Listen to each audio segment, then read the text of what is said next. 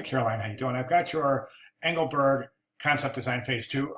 This is a fantastic presentation. Thank you so much for taking the pride to design your work. I think so many student designers kind of neglect that aspect. Is that, when even when you're submitting assignments or partial assignments or phases of assignments, it's so important to remember you're a designer, so design. You know what I'm saying? And you've done so. So I think it's fantastic. I really want to thank you for taking the time and the care to present this in presentation format.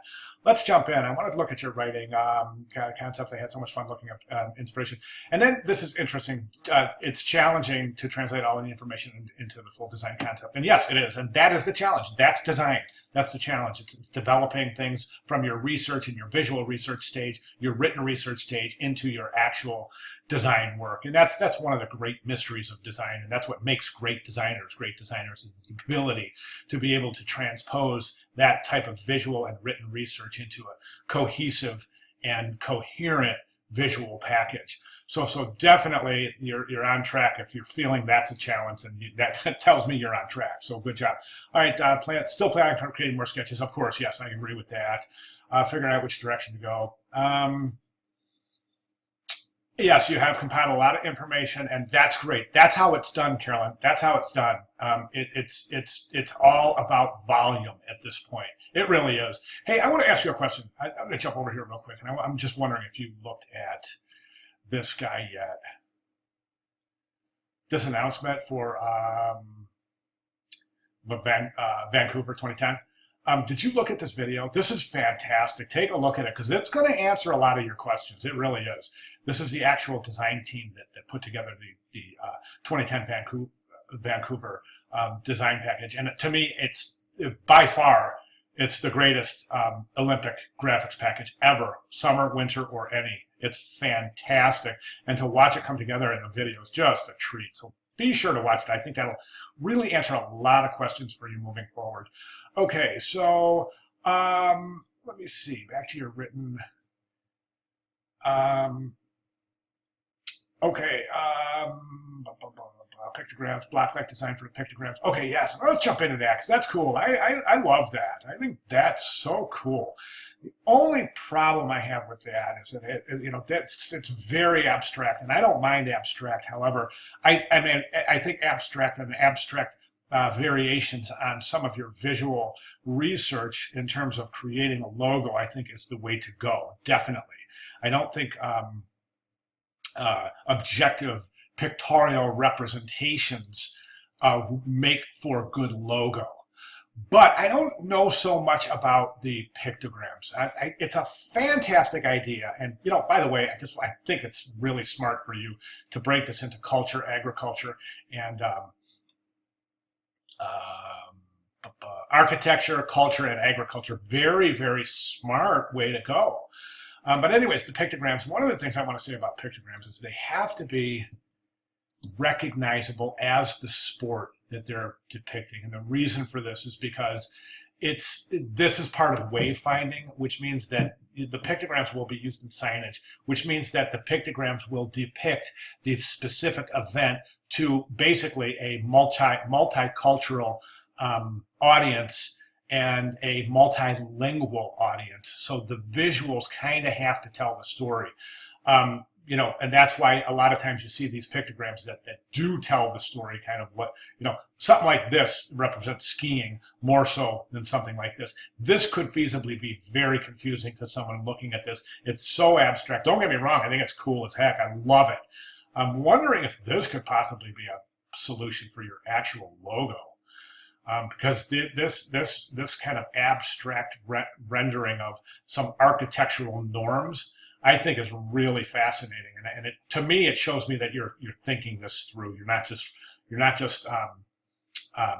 putting things on paper without thought, and that's really refreshing. Okay, so.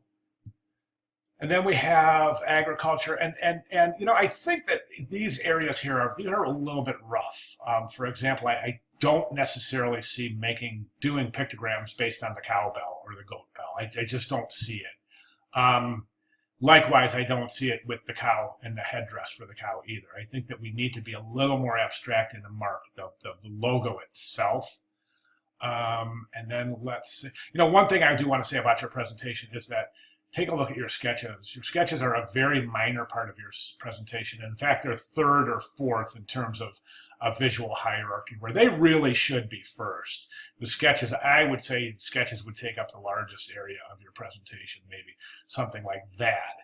And then the other sub information, like the images and that, may be taking up this area over here. So the reason is because the sketches way, I really have to kind of zoom in to see what's going on. Also, it's a really good idea. It seems like you have a pretty delicate touch while sketching. Some people sketch really dark. I sketch really light, like you. So what I typically do is I put my sketches, I scan them through, put them in Photoshop, and I do a levels adjustment layer just to bring out a little bit of contrast so that things like this are able to be seen without having to zoom way in to see exactly what it is. Okay, so let's move on. Okay, and this is great. I think this is where I think that I'm really getting interested is in these sketches. And the reason I say that is because you can see this is great. This is fantastic. I mean, this is good for a logo. It really is. These are parts, these are things that are abstract representations of your research. So things like this are fantastic. I can see that actually falling or forming into a logo, evolving into a logo. Again, we've got these different visual ideas, and this is what the sketch stage is all about. It's all about developing this visual language quickly and rapidly so that your sketches your sketches are basically able to keep up with what you're thinking. And that's why sketching is so important to graphic design, is because a computer will never keep up with your mind. You sketch quickly and you sketch your ideas quickly on paper with a pencil. That way you transpose your ideas from your mind to your paper before you forget them. And then later on, you can go back and you look at your 30 pages of sketches and you really start to look at each one and say, hey, I've got an idea here. Hey, I've got an idea here. Hey, I've got an idea here. And then before long, you're knee deep in these ideas that you can start culminating and you can start mixing and you can start combining to form your visual language. Let me show you a really successful example. This is great. Don't get me wrong. This is a successful example, but I want to show you what Brian's been doing. Because this is really super interesting. He's taken a lot of things into consideration. Some of the indigenous and ancient art forms of the area, and then what he's doing is he's taken these different.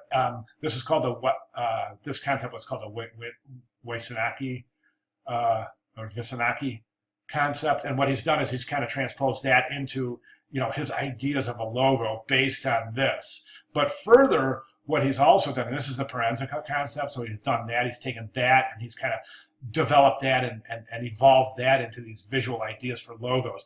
And then he's done something really smart. He started to develop these pictograms based on the visual language of the logo. I think a really good example is right over here, where he's taken this one, these visual studies, and he's kind of turned this one and turned it asymmetrical. And then he's developed this typeface to fit the logo. And then he's also developed these pictograms that also follow the same visual language as the logo. So I think that's a really interesting approach.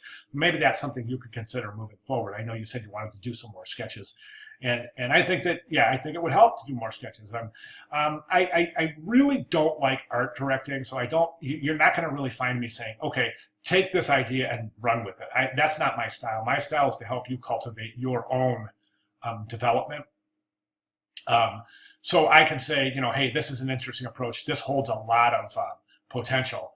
And you take that for what it's worth, and you make your own decisions based on your own research, and you decide what visual posture you want to follow. So from there, I'm going to say, let's do that. Just keep working on what you're doing and have this ready. We have a meeting next week. I can't remember exactly when. I'm looking at my schedule right now, but I've taken enough of your time in this video, almost going on 10 minutes. Sorry, I didn't mean to do that. But anyway, so great job. Really fantastic job so far. I love where you're going with this. So I'd like to see a little more detail. And then when we get time for presentation, we should have a whole bunch of stuff to take a look at and to choose from and see if maybe you've solidified some of your visual decisions. All right. Fantastic job. If you have any questions, comments, or if I need to clarify anything at all, please don't hesitate to let me know. I'll be glad to do so. All right. Very good job, Caroline. Thanks.